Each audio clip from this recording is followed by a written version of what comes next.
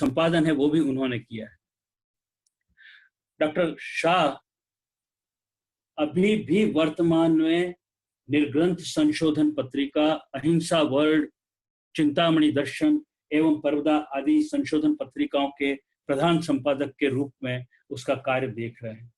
सबसे बड़ी उपलब्धि की बात जो डॉक्टर जितेंद्र शाह के बारे में है कि उन्होंने 10 विद्यार्थियों को पीएचडी कराई, ये और एक ऐसी फौज जैन धर्म के आगे प्रचार प्रसार के लिए तैयार की है जो देश विदेश सभी जगह जा करके हमारे जैन धर्म का परचम फैला सकती है। आपने ऑल इंडियन जो आर्ट हिस्ट्री कांग्रेस गुवाहाटी में जो है, भंडारकर ओरिएंटल रिसर्च इंस्टीट्यूट जो पूना में है, गुजरात इतिहास परिषद, Jain institute of north America जो यूएसए में है, जैन विद्या परिषद जो लखनऊ में, इन सभी इंस्टीट्यूट्स को अलग अलग स्तरों पर आपने कई सारी सेवाएं दी हैं जो आज भी जो है याद की जाती है। लेकिन सबसे बड़ी उपलब्धि की बात जो है कि 1992 में जब शिकागो के अंदर वर्ल्ड रिलीजन ऑफ पार्लियामेंट आयोजित हुआ था, तो उसमें आपने जैन धर्म का प्रतिनिधित्व किया था और वो प्रवचन आज भी पूरी दुनिया के अंदर बार बार याद किया जाता है। आपका जो है यहाँ पर अहमदाबाद में और गुजरात में कई बार सम्मानित किया गया, जैसे जैन पद्मश्री, आपको नगर रत्न, विशिष्ट गुजराती आदि सम्मानों से नवाजा गया है।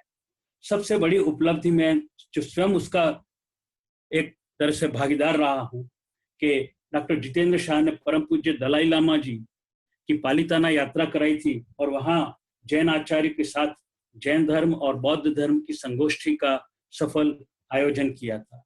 वहीं पर उन्होंने स्वयं ने जो है अपने कंधों पे पूरी जिम्मेदारी लेकर के महामहिम पूर्व राष्ट्रपति डॉक्टर अब्दुल कलाम को अहमदाबाद में एलडी कॉलेज या एलडी इंस्टीट्यूट एंडोलॉजी में आमंत्रित किया था और जैन लाइब्रेरी का उद्घाटन कराया। ऐसे प्रखांड पंडित, ऐसे विद्वान जिसने इस सतरंगी आकाश के अंदर जैन धर्म का परचम फैलाया हो, ऐसे महा विद्वान सर्वज्ञ प्रोफेसर जितेंद्र बाबूलाल शाह को मैं इस प्रवचन के लिए आमंत्रित करता हूं और उनसे अनुरोध करता हूं कि वो अपना प्रवचन प्रारंभ करें। लेकिन उससे पहले मैं सारे श्रोताओं से अनुरोध करना चाहता हूं कि जब प्रश्न काल हो तो उस समय अपना प्रश्न, अपना क्वेश्चन को प्रिसाइज और टू द पॉइंट रखें। वही डॉक्टर शाह से भी अनुरोध है कि आप अपना जवाब बिल्कुल प्रिसाइज जवाब दें।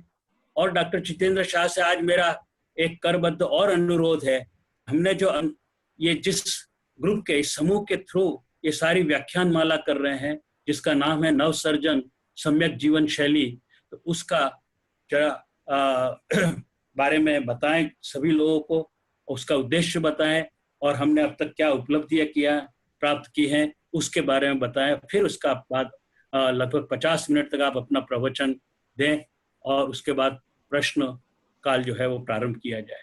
आप सबका आभार। प्रोफेसर जितेंद्र बाबूलाल शाह। प्रणाम प्रोफेसर राजमल जी साहब, आपको बहुत बहुत मैं धन्यवाद देता हूं। आपने विस्तार से मेरा परिचय दिया। हालांकि मैं इस क्षेत्र में आज भी एक विद्यार्थी हूं और अपने कार्य को कर रहा हूं। और मुझे इस बात का आनंद है कि मुझे जैन धर्म और भारतीय दर्शनों पर कार्य करने का अवसर मिला है।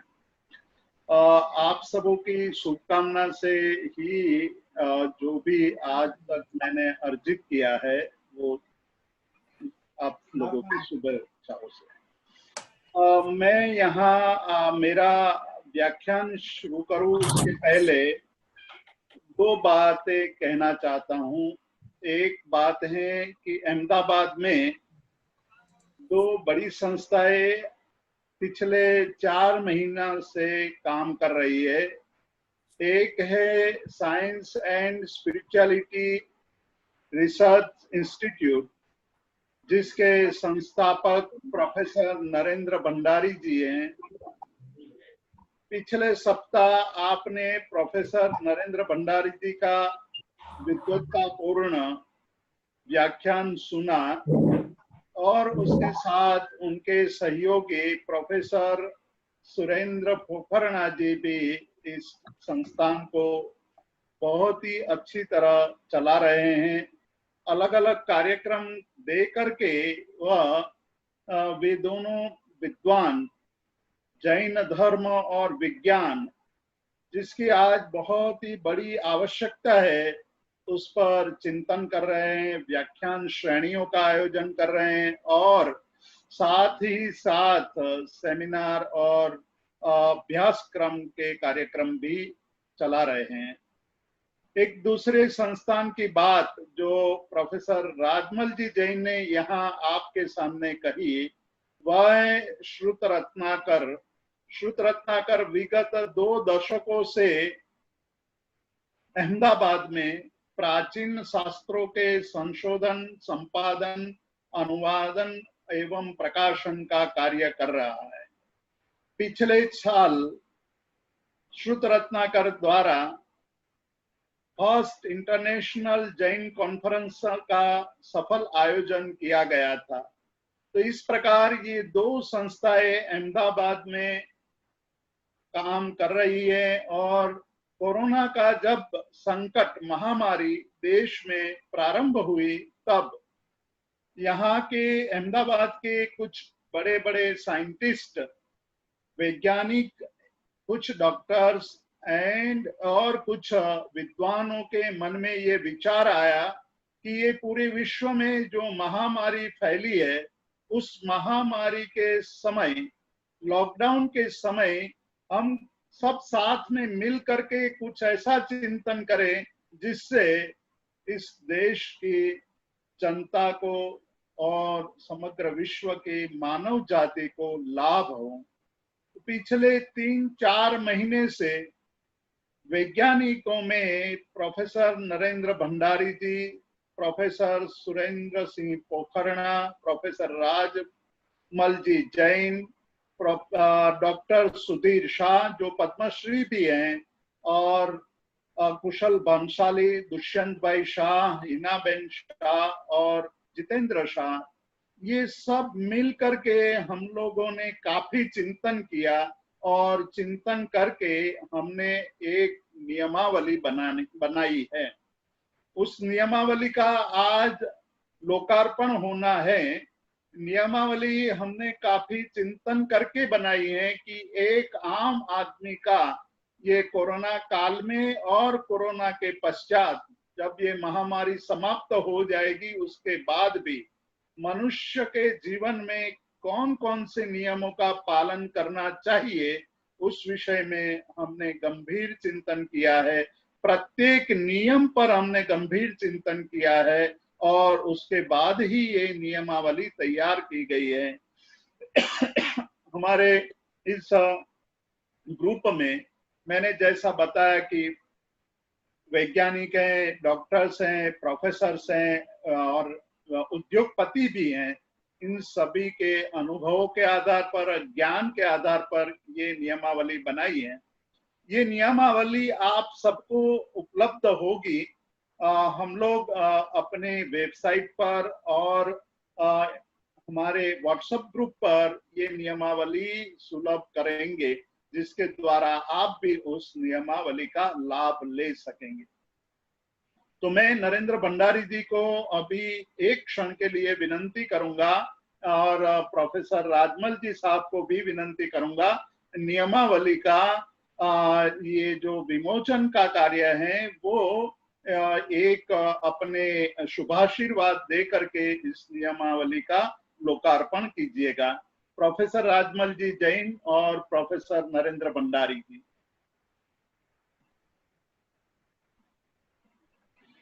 तो इस प्रकार ये नियमावली का प्रारंभ हुआ और हम लोगों ने जब ये सारा कार्यक्रम तय किया, उसके बाद इनके द्वारा, मतलब ये दोनों संस्थानों के द्वारा 21वीं सदी का धर्म, जैन धर्म, 21वीं सदी का दर्शन, जैन दर्शन, इस विषय पर एक वेबिनार का भी आयोजन किया और वो वेबिनार पूरे विश्व में बहुत ही सराहा गया।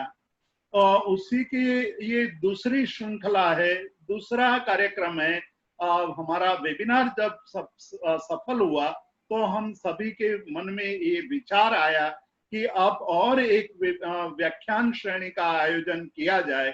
और ये व्याख्यान श्रेणी जो आज हम आपके सामने प्रस्तुत हैं, आपके सामने उपस्थित हैं, वह व्याख्यान श्रेणी का हमने प्रारंभ किया। इस व्याख्यान श्रेणी किस तरह से लोगों के समक्ष उपस्थित की जाए, ये हमारे सामने बहुत बड़ी समस्या थी। तब प्रोफेसर राजमल जी जैन ने जैन चैनल को, जैन डिजिटल चैनल को हमारी बात बताई और जैन डिजिटल चैनल ने हमारी बात का स्वीकार किया और हमारे लिए एक बहुत बड़ा मार्ग खुला कर दिया। इसलिए मैं जैनम चैनल का भी बहुत बहुत आभार प्रकट करता हूं। इतना कहने के पश्चात मैं अपनी बात का प्रारंभ करने जा रहा हूं। आप सभी लोग जानते हैं कि जैन दर्शन विश्व का एक ऐसा दर्शन है जिसमें मानव जाति के कल्याण की ही नहीं किंतु समग्र जीव सृष्टि के कल्याण की बात कही गई है।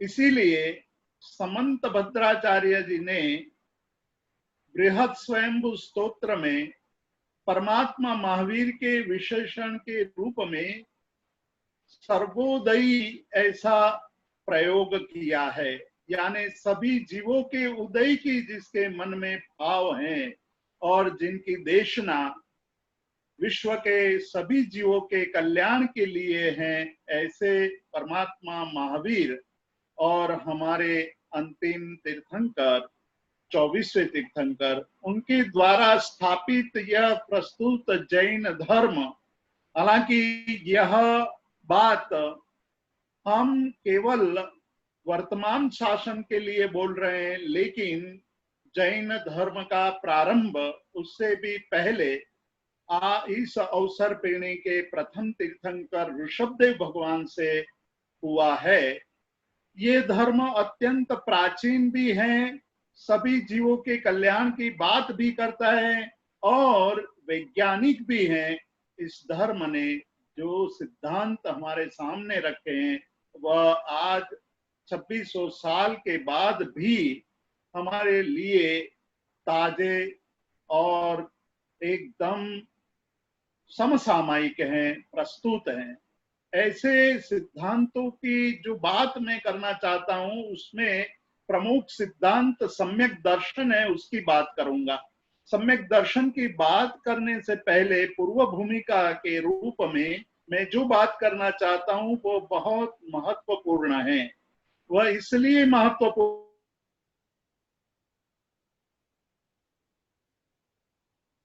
और 2600 कम से कम 2600 साल पुराना यह हम जैन धर्म की बात करें तो भगवान जीव निकायों की बात की थी। पृथ्वी काय, अपकाय, तेवकाय, वावकाय, वनस्पति काय, और वनस्पति काय में भी साधारण वनस्पति काय और प्रत्येक वनस्पति काय। उसके पश्चात बेइंद्रिय, तेइंद्रिय, चौरेंद्रिय और पंचेंद्रिय, पंचेंद्रिय में भी संज्ञी पंचेंद्रिय और असंज्ञी पंचेंद्रिय जैसे जीव के भेद प्रभेदों की बात आज से 2600 साल पहले परमात्मा महावीर ने कही। उसमें से केवल एक बात मैं आपके समक्ष रखना चाहता हूं और वह बात है कि प्रोफेसर जगदीश चंद्र बोस ने जब वनस्पति में जीव है ऐसी सिद्धि की तो पूरे विश्व ने बहुत आश्चर्य अनुभव किया था। तो महावीर के पश्चात वनस्पति में जीव सिद्ध करने के लिए विज्ञान को 2600 वर्ष का समय लगा, जो बात 2600 साल पहले महावीर ने कह दी थी। महावीर ने जो बात कही थी सभी जीवों के समान अधिकार की, वह बात फ्रांस के क्रांति ने जगत के सामने रखी। कम से कम 2600 साल लग गए इस बात को सिद्ध करने का लिए। तो जैन धर्म केवल मतलब सिद्धांतों की ही बात नहीं करता है। जैन धर्म अनेक दृष्टि से बहुत ही महत्वपूर्ण बात करता है, उसको हमें समझना चाहिए। हमें आज जो सिद्धांत की बात करनी है वो है सम्यक दर्शन। सम्यक दर्शन, जैन दर्शन का प्रारंभ वहीं से होता है। जब सम्यक दर्शन है तभी हमारे जीवन में आध्यात्मिक विकास का प्रारंभ होता है। और हम सभी जीव, और खास करके मनुष्य की बात कर रहा हूं, मनुष्य, प्रत्येक मनुष्य सुख की कामना करता है, सुख प्राप्त करने के लिए प्रयत्न करता है, सुख प्राप्त करने के लिए प्रयास करता है। लेकिन आश्चर्य की बात यह है कि इतने प्रयत्नों के पश्चात भी मनुष्य सुखी नहीं हो पाया है। उसके मूल में क्या कारण है, मतलब सुख का प्रारंभ कहाँ से होता है, सुख कैसे प्राप्त हो सकता है, उसकी चर्चा आवश्यक हो जाती है।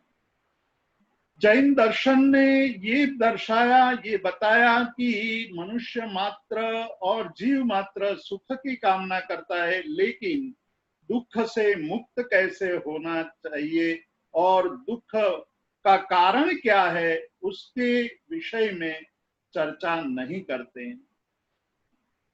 हमें ये सोचना है और आज हमें यही बात का चिंतन करना है कि हमारे दुख का कारण क्या है। एक तरफ हम धर्म की बात कर रहे हैं और हम ये भी कह रहे हैं कि सम्यक दर्शन धर्म का द्वार है, सम्यक दर्शन सुख का द्वार है। जिसने सम्यक दर्शन प्राप्त नहीं किया है वह शाश्वत सुख, अनंत सुख और निरंतर सुख की अनुभूति की दिशा में आगे नहीं बढ़ सकता है। ये हम मानते हैं, लेकिन सम्यक दर्शन क्या है, सम्यक दर्शन किसे कहते हैं, वो बहुत कम लोग जानते हैं, कम लोग उसके विषय में सोचते हैं। सबसे पहले हमें सम्यक दर्शन को समझने के लिए मिथ्यात्व को समझना पड़ेगा। जब हम मिथ्यात्व को समझेंगे तभी हम सम्यक दर्शन को सही रूप से समझ पाएंगे। मिथ्यात्व या मिथ्या दर्शन हमारे लिए यह नया शब्द नहीं है। तत्वार्थाधिगम सूत्र में वाचक उमास्वाती जी या उमास्वामी जी ने 8वें अध्याय के प्रारंभ में ये कहा कि मिथ्यात्व, अविरति, प्रमाद, कषाय और योग ये बंध है तवह, यानी बंध का, कर्म बंध का कारण है।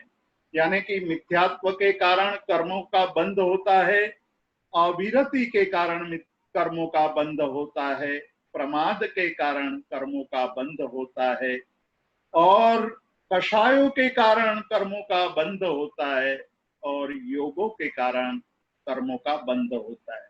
इन पांचों हेतुओं को, कर्म बंध के हेतुओं को हमें समझना चाहिए कि ये 5 हेतुओं का क्या मतलब है।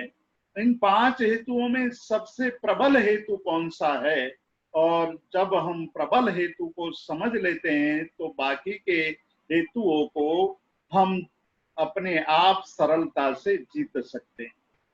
हमारा सबसे प्रबल जो हेतु है वह मिथ्यात्व है। मिथ्या शब्द से मिथ्यात्व बना है। मिथ्या का अर्थ है गलत, मिथ्यात्व का अर्थ है झूठा। हम उसको 2 रूप से देखेंगे।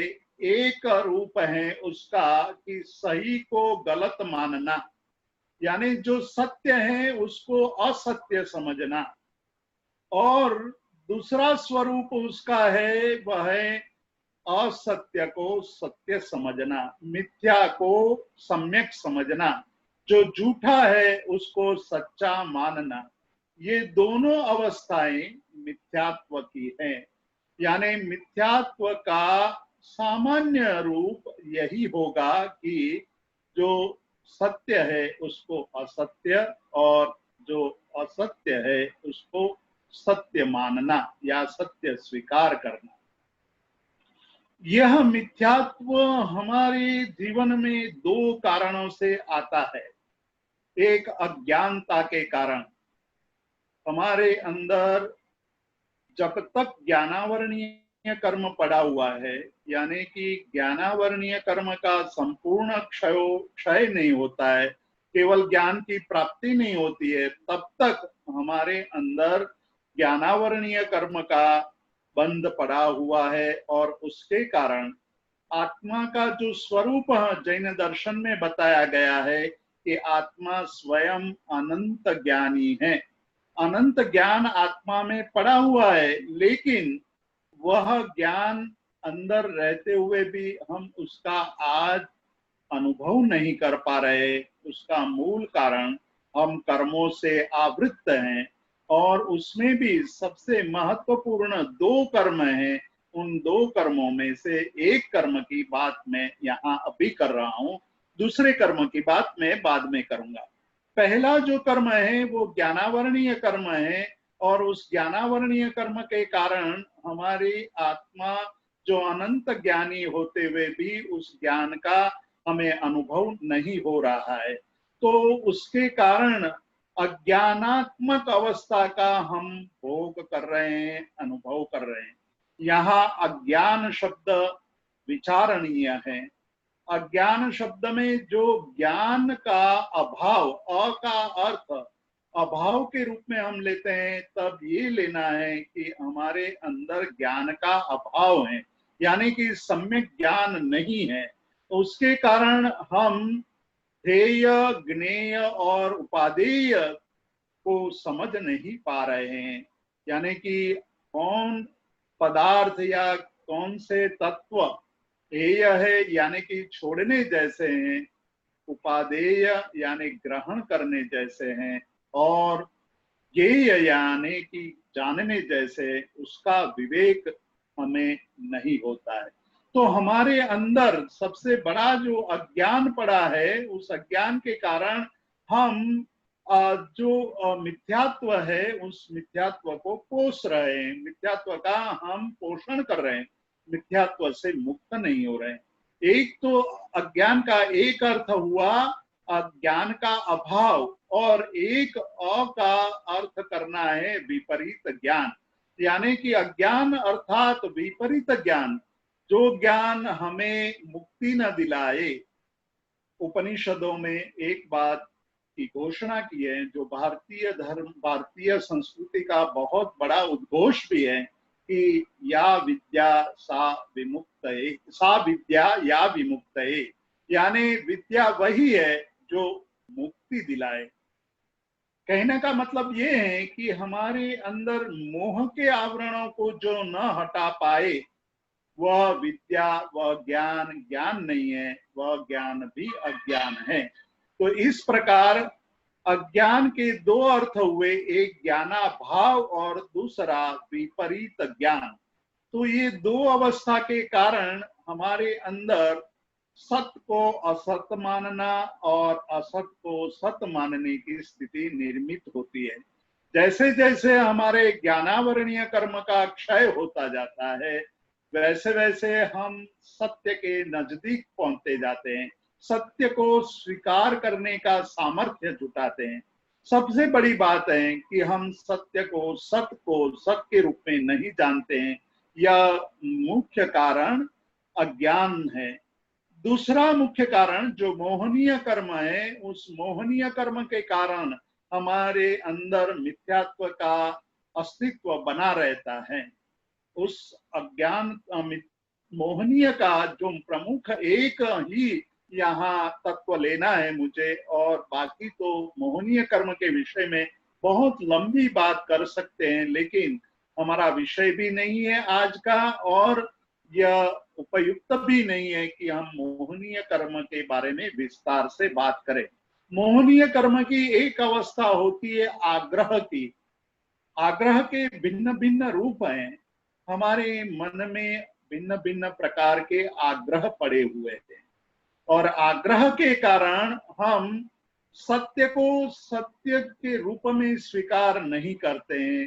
और असत्य को असत्य के रूप में स्वीकार नहीं कर पाते हैं। आग्रह के अलग अलग अवस्थाएं भी हैं। एक आग्रह सामान्य आग्रह होता है, फिर तदाग्रह होता है, दुराग्रह होता है, हठाग्रह होता है।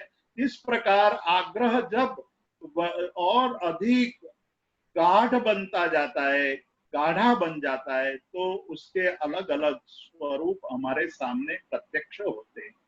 मैं एक छोटी सी घटना के द्वारा इन दोनों अवस्थाओं की बात करना चाहता हूं, जिससे हमारे श्रोता मित्रों को ये समझ में आएगा कि अज्ञान और आग्रह किस प्रकार से मनुष्य जीवन को परेशान करता है। एक गोपाल अपने गायों को चराने के लिए जंगल में जाता है। जब जंगल में गायों को चरा रहा है तो उनको वहां भोजन की वेला होती है, भोजन करने बैठता है। भोजन करने के पश्चात वह थोड़ा आराम कर रहा है तो उनकी दृष्टि में वहां पड़े हुए पत्थरों पर नजर गई। उनकी दृष्टि उन पत्थरों पर पड़ी। उन पत्थरों को देख करके उनको बड़ा आश्चर्य हुआ कि आज तक मैंने ऐसे पत्थर देखे नहीं है। बहुत ही चमकते हैं पत्थर और सुंदर दिखाई दे रहे हैं।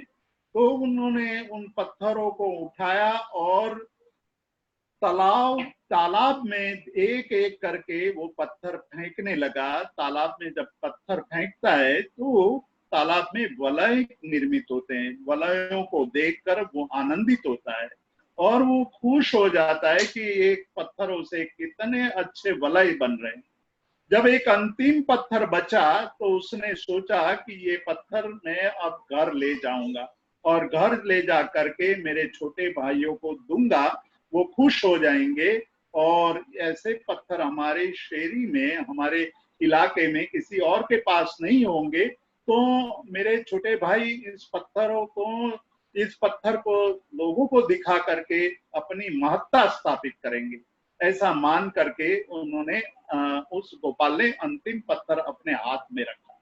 उतने में ही वहां से एक जौहरी पसार हुआ।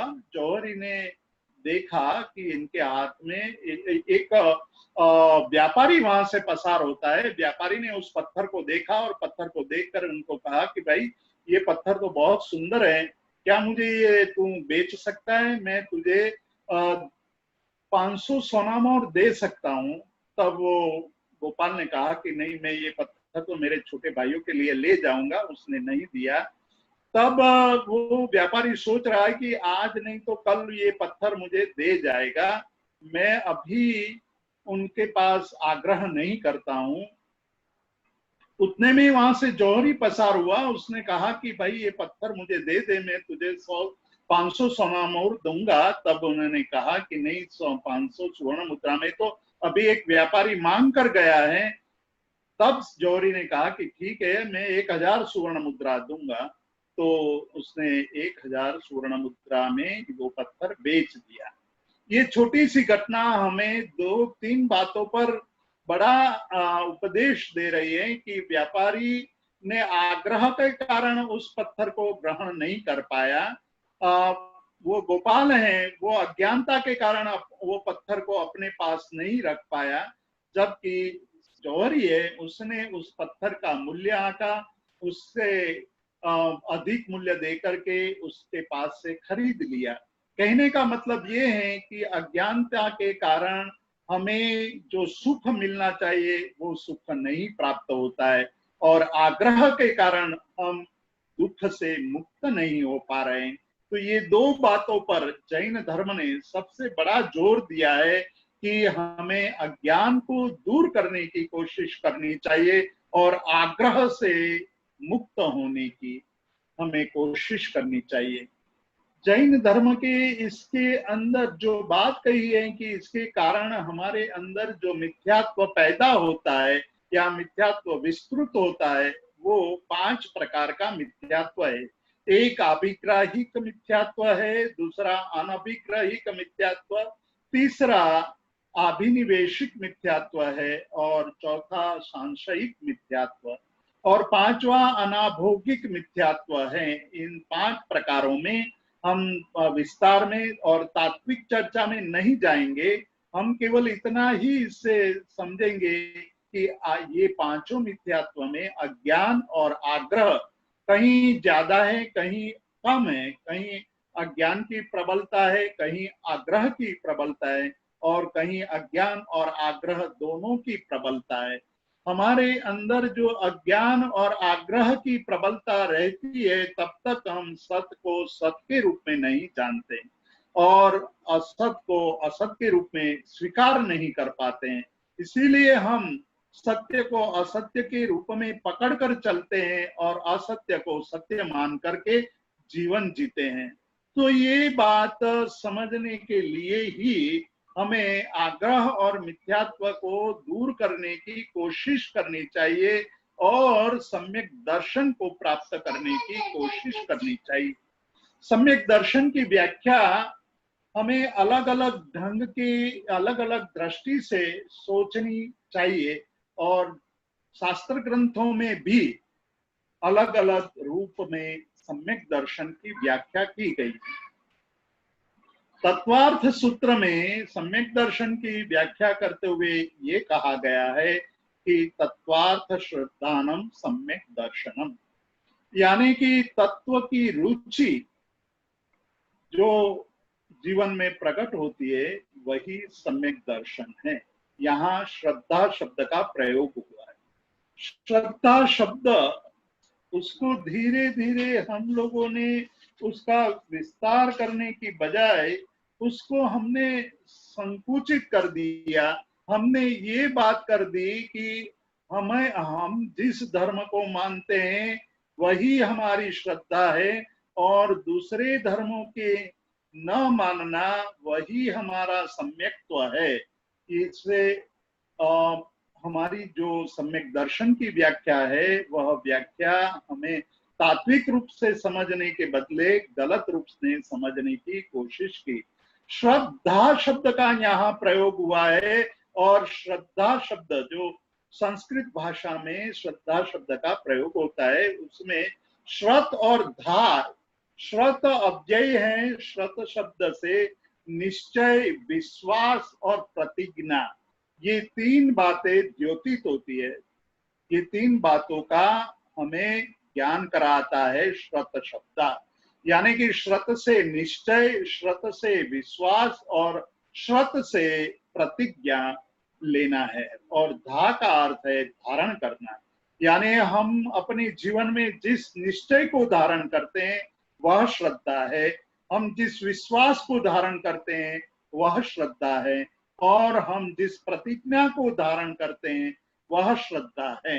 यानी कि निर्णय करना, निश्चय करना, विश्वास करना या प्रतिज्ञा धारण करना, वह शाब्दिक अर्थ है श्रद्धा का।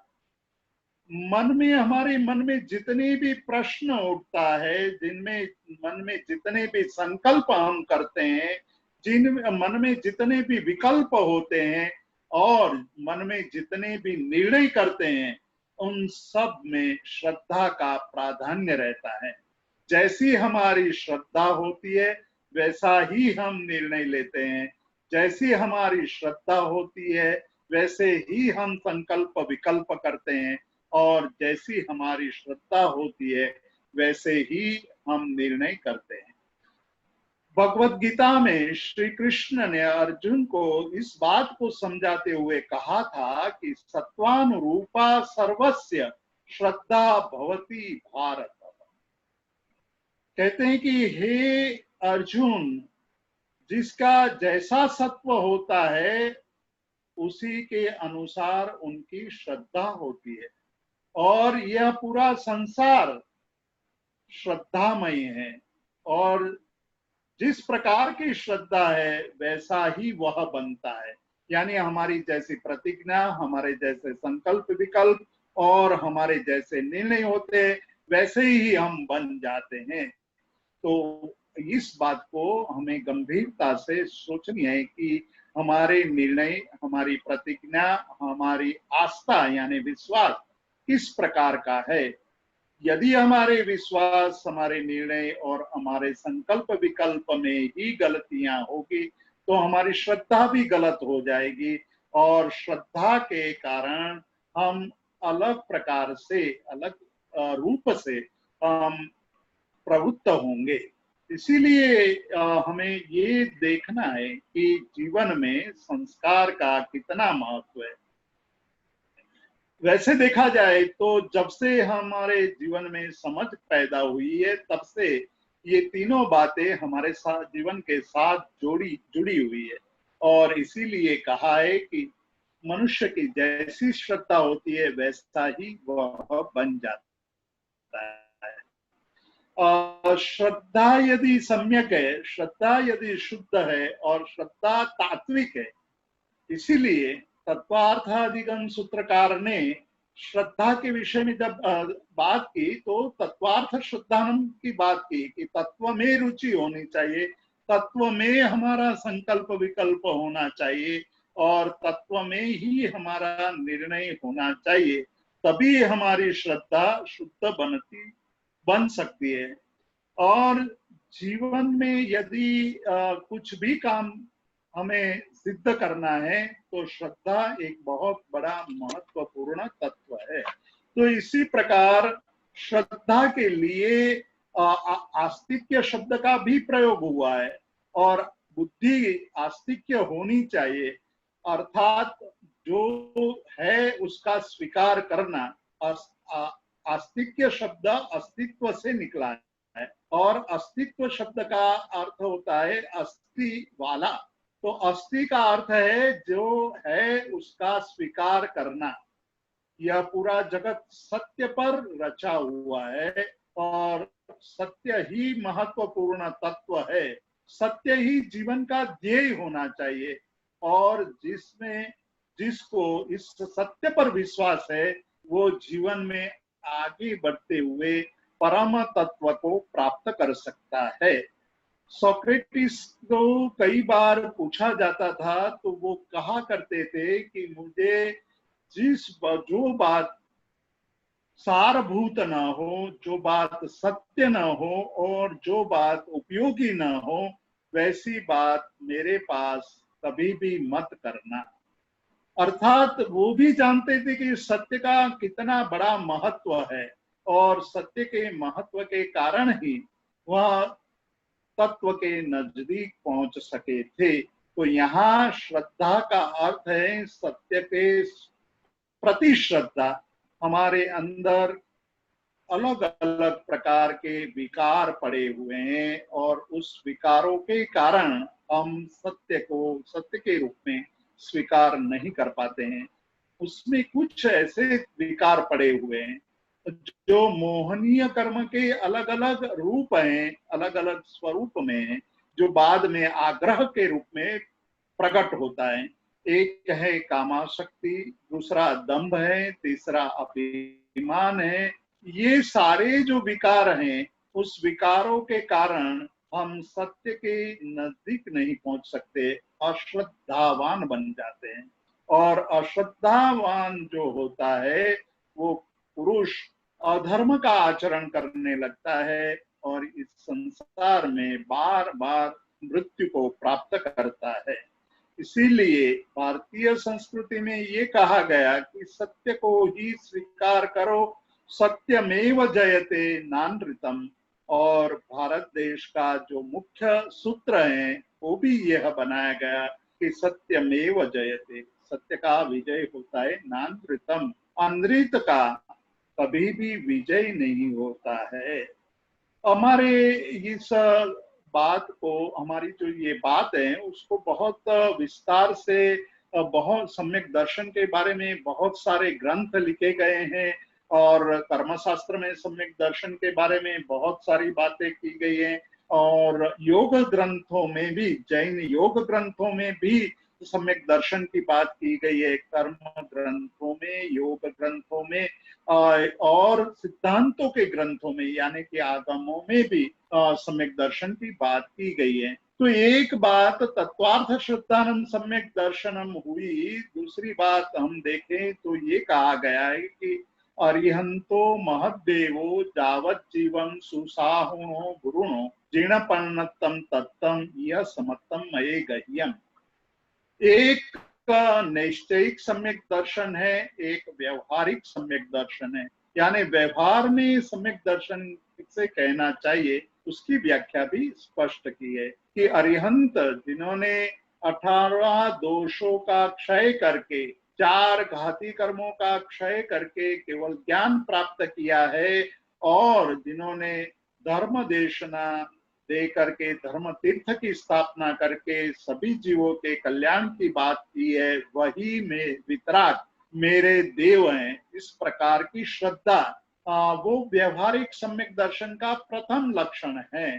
दूसरा लक्षण बताते हुए कहा कि सुसाहुणो गुरुणो, जिन्होंने पंच महाव्रतों को धारण किया है, ऐसे गुरु मेरे गुरु हैं, और जो धर्म हमें मुक्ति दिलाता हो वही धर्म मेरा धर्म है। इस प्रकार देव, गुरु और धर्म, उस पर श्रद्धा करना, उस पर भरोसा करना, उस पर विश्वास करना, वह व्यवहारिक सम्यक दर्शन है।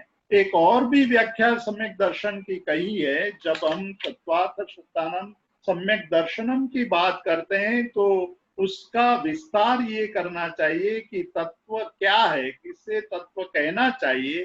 तब तत्वार्थ सूत्रकार भी तत्व के विषय की बात करते हुए कहते हैं कि जीव, अजीव, पुण्य, पाप, आश्रव, संवर, निर्जरा, बंध और मोक्ष।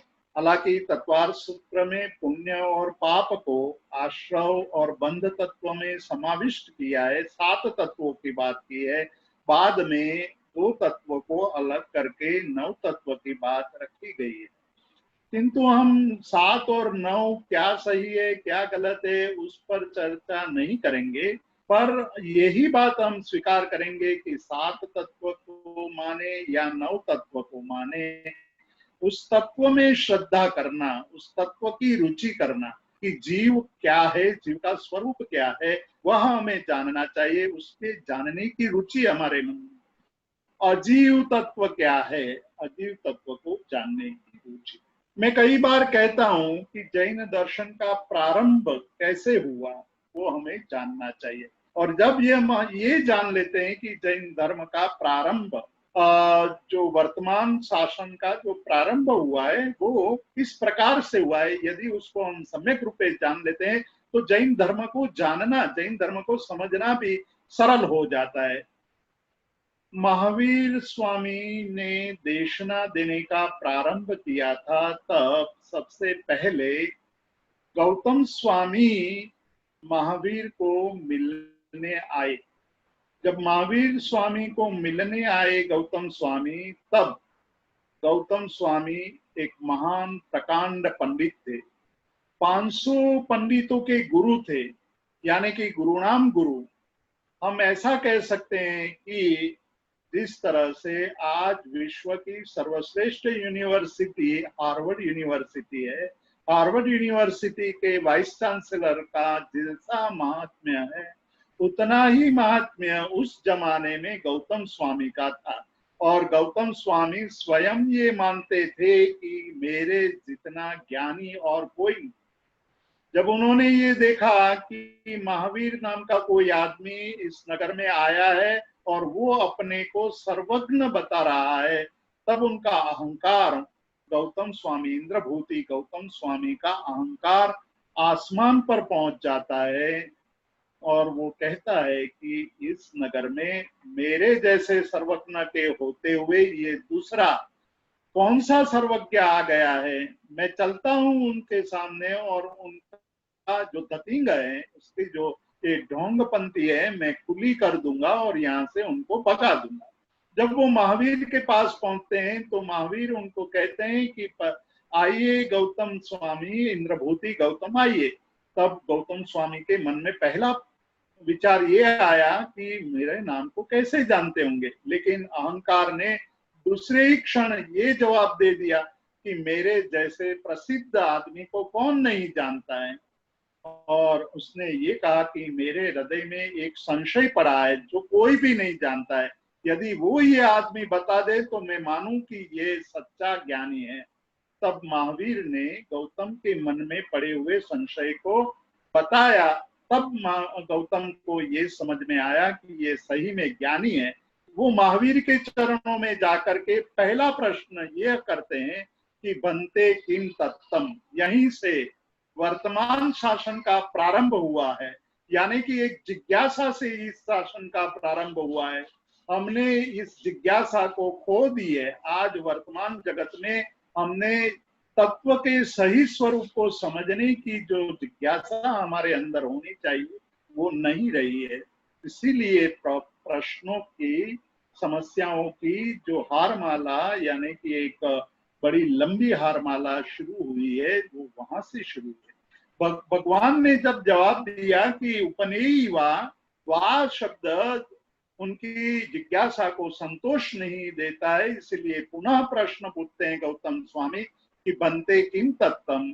तब वह कहते हैं कि विगमेयी वा पुनः आया तो तीसरी बार प्रश्न पूछा कि बनते किम तत्तम। तब उन्होंने कहा कि दुबेई वा, उपनेयी वा, विगमेयी वा, दुबेई वा, यानी पदार्थ, इस संसार के सभी पदार्थ उत्पन्न होते हैं, नष्ट होते हैं और उत्पन्न और नष्ट होने के बीच में स्थिर रहते हैं। यही जैन धर्म का मूल सिद्धांत है और यही सिद्धांत में द्रव्य, गुण और पर्याय के स्वरूप को समझने की बात करता है।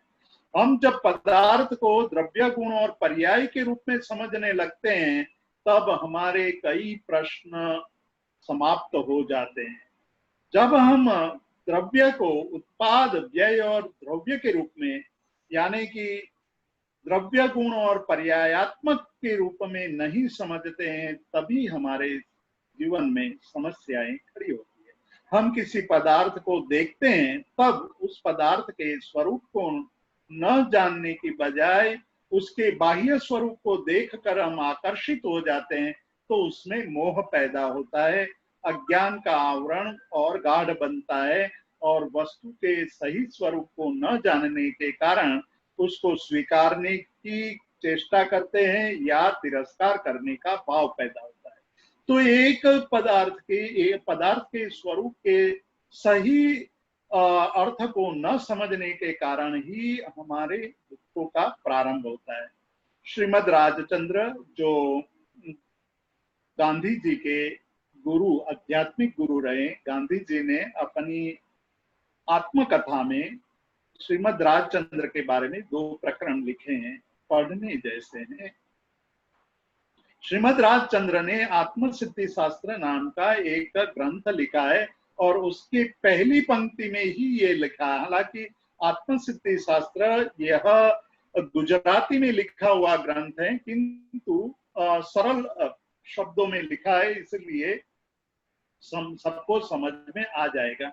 वो उसमें कहते हैं कि जे स्वरूप समझा बिना पाम्यो दुख अनंत, यानी कि जिसने स्वरूप को समझा नहीं है वही अनंत दुख को, छोटा मोटा दुख नहीं, 1-2 दुख नहीं, अनंत दुख को प्राप्त करता है। यानी तत्व का स्वरूप, स्वरूप, विज्ञान स्वरूप तक पहुंचने की बात करता है, धर्म भी स्वरूप तक पहुंचने की बात करता है। धर्म स्वरूप को दर्शाता है, विज्ञान उस धर्म के द्वारा दर्शाए गए स्वरूप को वैज्ञानिक भाषा में लोगों के सामने रखने की कोशिश कर रहा है। तो इस दृष्टि से धर्म और विज्ञान बहुत नजदीक हैं, केवल शाब्दिक भेद हैं। तो धर्म के द्वारा हमें ये बताया जाता है कि वस्तु का सही स्वरूप क्या है, सत्य क्या है। यदि हम सत्य को पकड़ लेते हैं, हम अपने जीवन के सत्य को पकड़ लेते हैं, हम हमारे मनुष्य जीवन के सत्य को प्राप्त कर लेते हैं, तो हमारी अनेक दुखों की, समस्याओं की समाप्ति हो जाती है, उसका अंत आ जाता है। तो ये बात समझने के लिए ही परमात्मा महावीर ने गौतम स्वामी को उपनेयी वा, विगमेयी वा, दुबेयी वा जैसी त्रिपदी कही और उस त्रिपदी से पूरे जिन शासन का निर्माण हुआ। मतलब जिन शासन के सभी शास्त्रों के मूल में ये त्रिपदी पड़ी हुई है। इस त्रिपदी से ही हमारे जीवन में तत्व तक पहुंचने की प्रक्रिया होती है, धर्म के स्वरूप को समझने की प्रक्रिया होती है। इसी अर्थ में जो दृष्टि है हमारी निर्मल होती है। दृष्टि सत्य होना, दृष्टि यानी हम जो देखते हैं, आंखों से देखते हैं, वो बात देखने की नहीं है।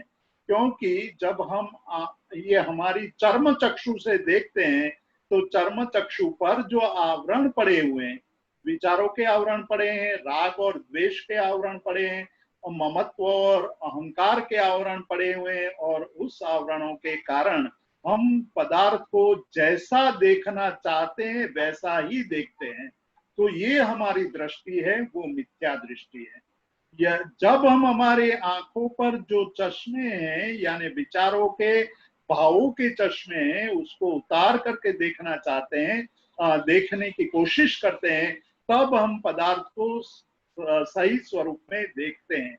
आप अध्यात्म योगी आनंद गंधी ने इसके लिए बहुत अच्छे शब्द का प्रयोग किया है, और वो कहते हैं कि जब कोई आदमी चर्म चक्षु से देखता है तो वो गलत देखता है और वो भटक जाता है।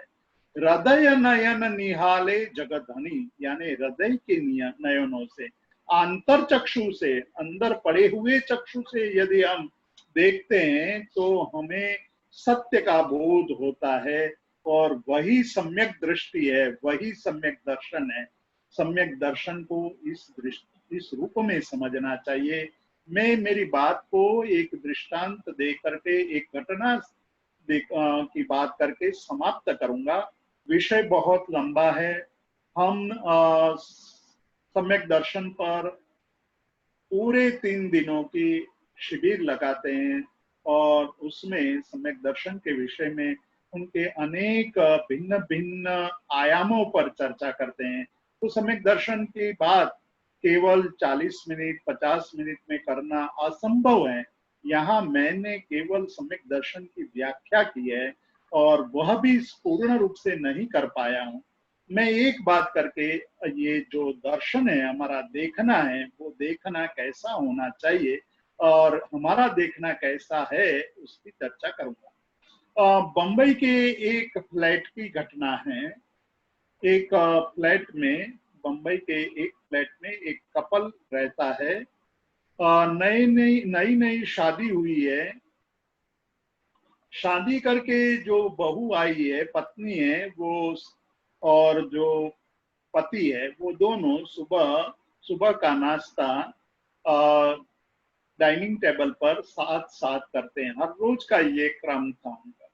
उनकी खिड़की के सामने एक फ्लैट था, और उस फ्लैट के बालकनी में उस फ्लैट की मालकन हर रोज कपड़ा सुखाती थी। इन लोगों के नाश्ता करने का समय होता था, उसी समय सामने वाले फ्लैट की जो युवती थी, वो अपने धोए हुए कपड़े को वहां सुखाने के लिए टांगती थी। हर रोज का ये क्रम। और ये युवती उस वस्त्र को देख करके पति को हमेशा कहती थी कि ये लोग कैसे हैं। मुझे लगता है कि शायद उनके पास वॉशिंग मशीन नहीं है, वो कपड़े गंदे ही रखते हैं। मतलब धोए हुए कपड़े भी कितने गंदे दिखाई दे रहे हैं। थोड़े दिन तो उसने वॉशिंग मशीन की चर्चा की, उसके बाद कुछ दिनों के बाद कहा कि ये युवती जो सामने रह रही है, उस युवती को वस्त्र धोना नहीं आता है, तो ये कपड़े कैसे स्वच्छ करना चाहिए वो नहीं जानती होगी, इसीलिए गंदे कपड़े सुखाती है। कुछ दिनों के बाद वो तर्क भी खत्म हो गया, तो उसने कहा कि उनके पास पैसे नहीं होंगे, इसलिए अच्छा डिटर्जेंट पाउडर नहीं लाती है। वो हल्का सस्ता डिटर्जेंट पाउडर से कपड़ा धोती है, इसीलिए गंदे कपड़े रहते हैं। ये बात कई दिनों तक ये युवान, जो उनका पति है, वो सुनता रहा। एक दिन युवान ने कहा कि भाई आज देखो, आज उसने कैसे कपड़े धोए हैं। तो युवती कहने लगी, उसकी पत्नी कहने लगी कि अरे आज तो उसने बहुत अच्छे कपड़े धोए, ये कैसे परिवर्तन आ गया? उनको किसने सिखा दिया कि अच्छे कपड़े कैसे धोने चाहिए, कपड़े अच्छी तरह कैसे धोने चाहिए? तब वो उनका पति हंसने लगा और उसने कहा कि कल शाम मैंने अपनी खिड़कियों के कांचों को साफ किया है, और साफ किया है इसीलिए तुझे वो कपड़े स्वच्छ दिखाई दे रहे हैं। कहने का मतलब ये है कि हम जिस खिड़की से झांक रहे हैं वो खिड़की गंदी है, दूसरे के कपड़े गंदे नहीं है। तो हमें ये सोचना है कि हम जिस जिस जिसका आंखों से दर्शन कर रहे हैं वो आंखें हमारी स्वच्छ है या मलिन है, वो देखेंगे। उसको हम यदि समीक्षा करेंगे तो हमें स्पष्ट रूप में पता चलेगा कि गलती या दोष दूसरे में नहीं है, दोष हमारे में ही है। हमें अपनी दृष्टि को सम्यक बनानी चाहिए, हमें अपने मैल को साफ करना चाहिए। हम अपने मैल को साफ कर लेंगे तो दूसरे सभी स्वच्छ दिखाई देंगे, सभी पवित्र दिखाई देंगे। यही सम्यक दर्शन है। जैन दर्शन हमें यही सम्यक दर्शन सिखाता है। मैं यहाँ अपनी बात को समाप्त करता हूँ और प्रश्न के लिए मैं प्रोफेसर राजमल जी साहब को माइक सौंपता हूँ।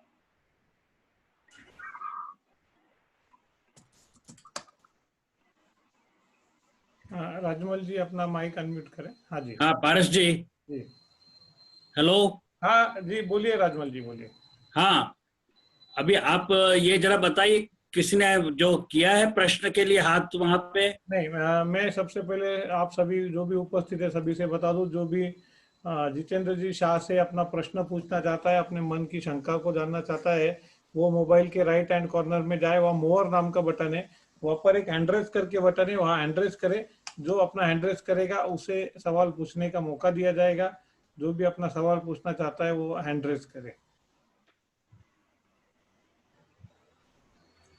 एक तो बहुत सारे लोगों ने अपने वीडियो ऑफ कर रखे हैं, इसलिए हमें ध्यान में नहीं आ रहा है कि कौन सवाल पूछना चाह रहा है। आप एक बार जरा बताइए ना कि भाई अपना टर्न ऑन करके अनम्यूट करके और जरा वहाँ मोर के अंदर हैंड रेस करें।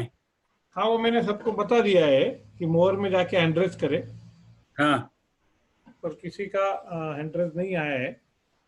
कोई अपना प्रश्न पूछना चाहता है तो हैंड रेज करें। ये अपने को पहले ही बताना चाहिए था, लेकिन नहीं, वो ज्यादातर लोगों को पता ही है आजकल सभी को कि इसमें हैंड रेज इस तरह होता है। अच्छा, हाँ हाँ। राजमल जी साहब, मेरे ख्याल से किसी का प्रश्न नहीं है, तो फिर हम समापन करें। जी, मैं प्रोफेसर जितेंद्र शाह ने बहुत अच्छा व्याख्यान दिया सम्यक दर्शन पे। मैं खुद गदगद हूँ और आभारी हूँ उनका कि इतना विस्तृत, इतने कम समय में उन्होंने जो ज्ञान है दिया, तो इससे सभी लाभान्वित हुए हैं। और मैं जैनम चैनल जो हमको ये व्याख्यान माला यहाँ पर देने के लिए जो मौका दे रही है, मैं जैनम चैनल का बहुत आभारी हूँ। विशेषकर पारस जी का और जमनालाल जी का बहुत बहुत आभार, धन्यवाद। और प्रोफेसर जितेंद्र शाह का बहुत बहुत आभार और धन्यवाद अर्पित करता हूँ। धन्यवाद।